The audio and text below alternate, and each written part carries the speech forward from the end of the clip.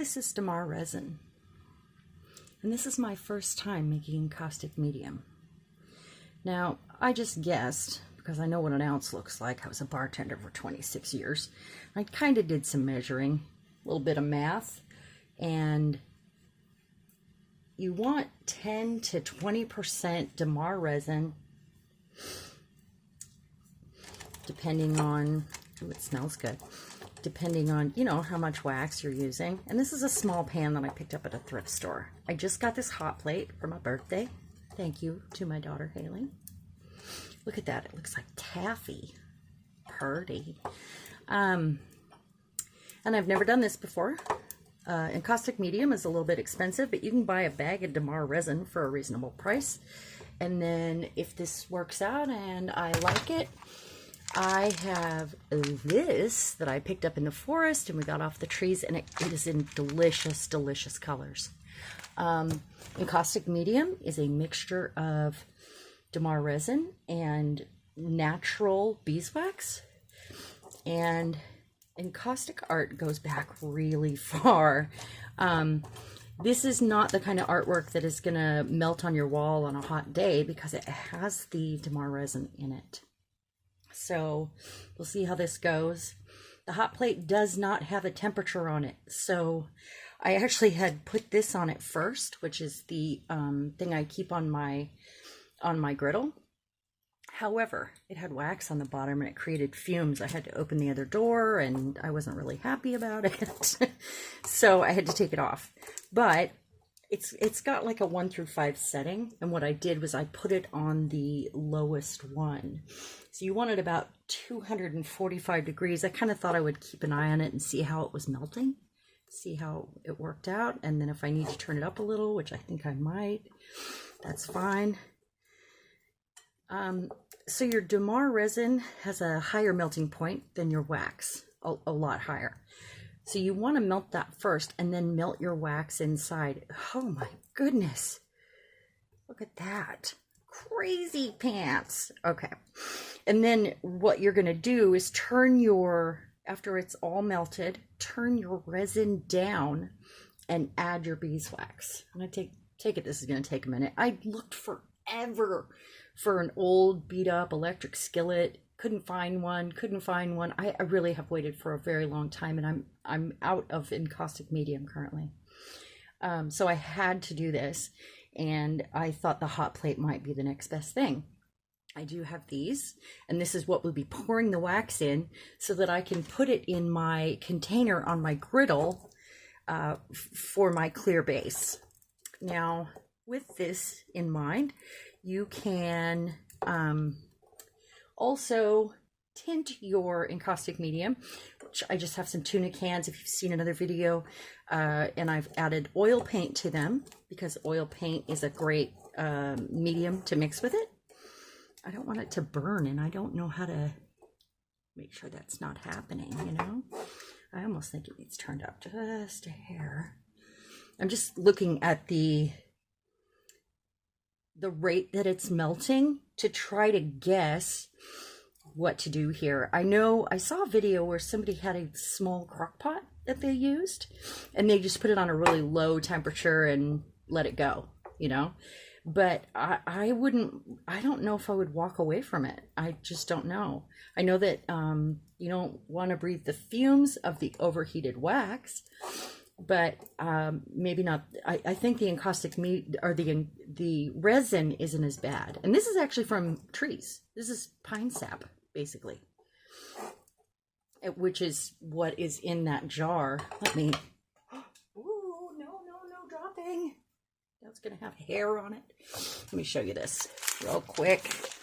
Now, I don't have the camera directly over the heat for a reason, you know.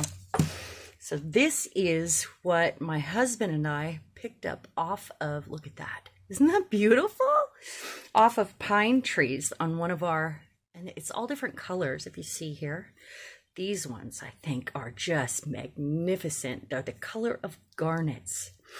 What happens is all of your debris, the bark and stuff that's on the outside, yeah. I'm back.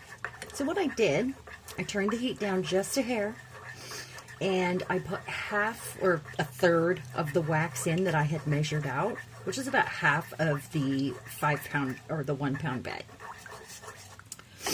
And then I am stirring and simultaneously scraping off my tools until I get the last of that sticky resin incorporated in the wax, because I don't want like hunks of resin, you know.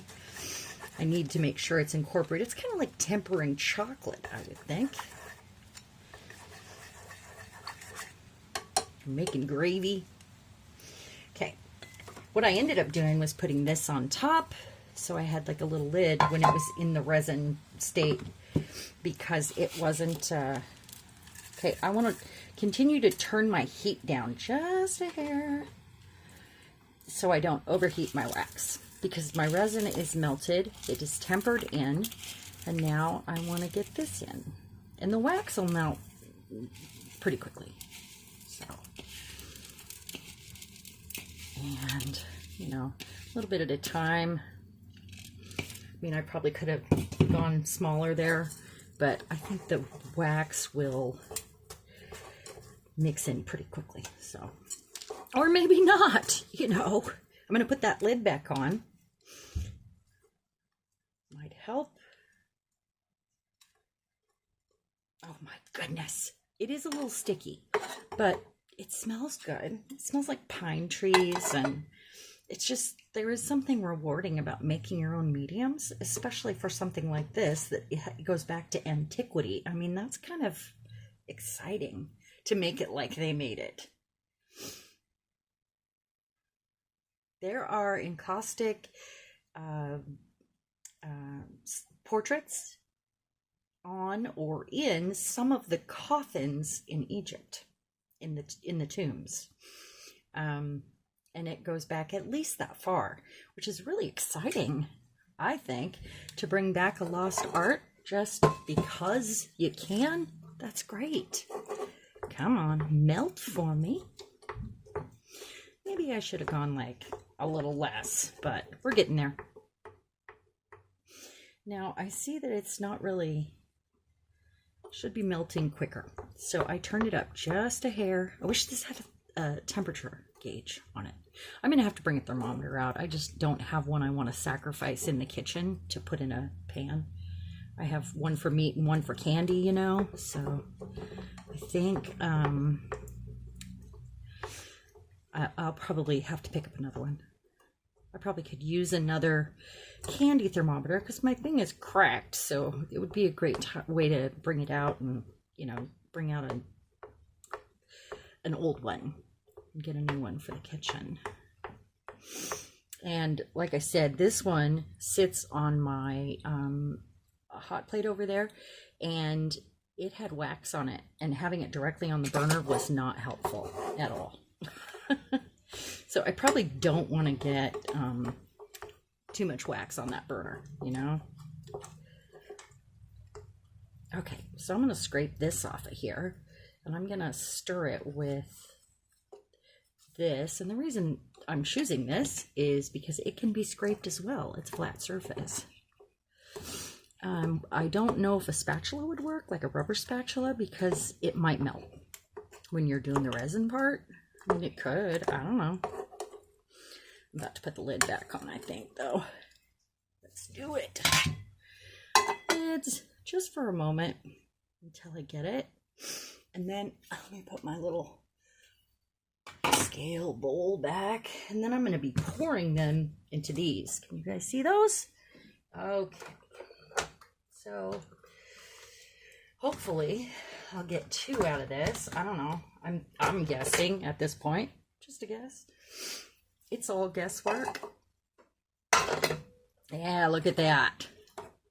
So once it gets to a certain point, it shouldn't be too difficult to get all melted and incorporated.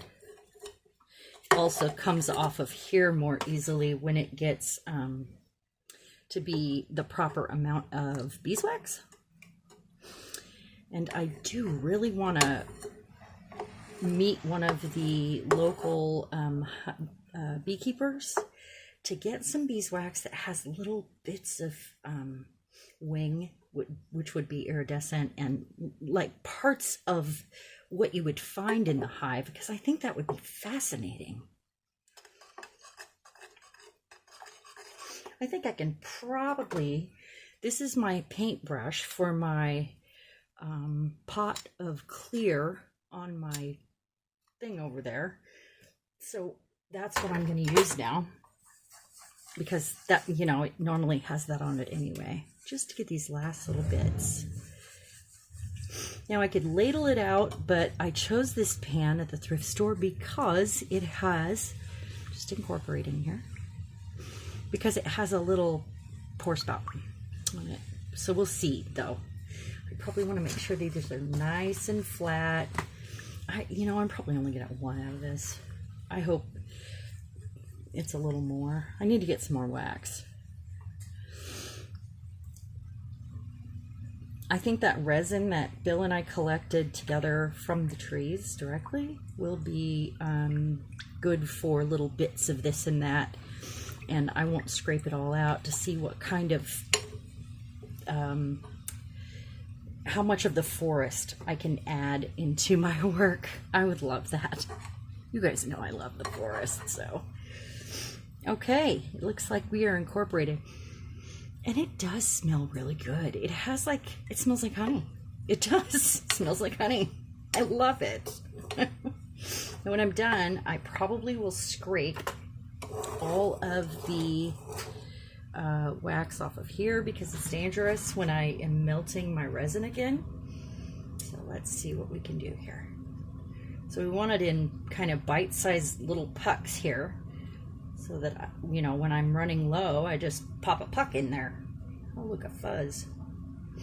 It's okay. Any imperfection or any little bits of this and that will go. Oh gosh, that was not good. That one's full. So I'll just keep these in a jar. And I bought these muffin things just for this. They should pop right out. I think you can use metal, but I'm not sure. And I do have some of those silicone cupcake liners that I started with, and well, 1.5. Look at that. Oh my goodness. Look at that. This pan, not gonna clean out, gonna keep it just like it is. Well, you know what? I'm wondering if the wax that is in there will be a problem. Gosh, I wish I had a spatula for this. I'm just really wondering if having wax in there will be a problem when I go to melt resin again. Because then it'll be melting at a higher temperature than it's supposed to, and I'm not sure. So there we have it. I made my own wax medium. I've been really looking forward to doing this, and I hope you enjoyed this. I know it was a sticky business, but hopefully in the end it'll all be worth it. And I think I'm going to keep my eye out for that skillet already anyway, so we'll see. All right, thanks guys, and I'll see you next time. Bye.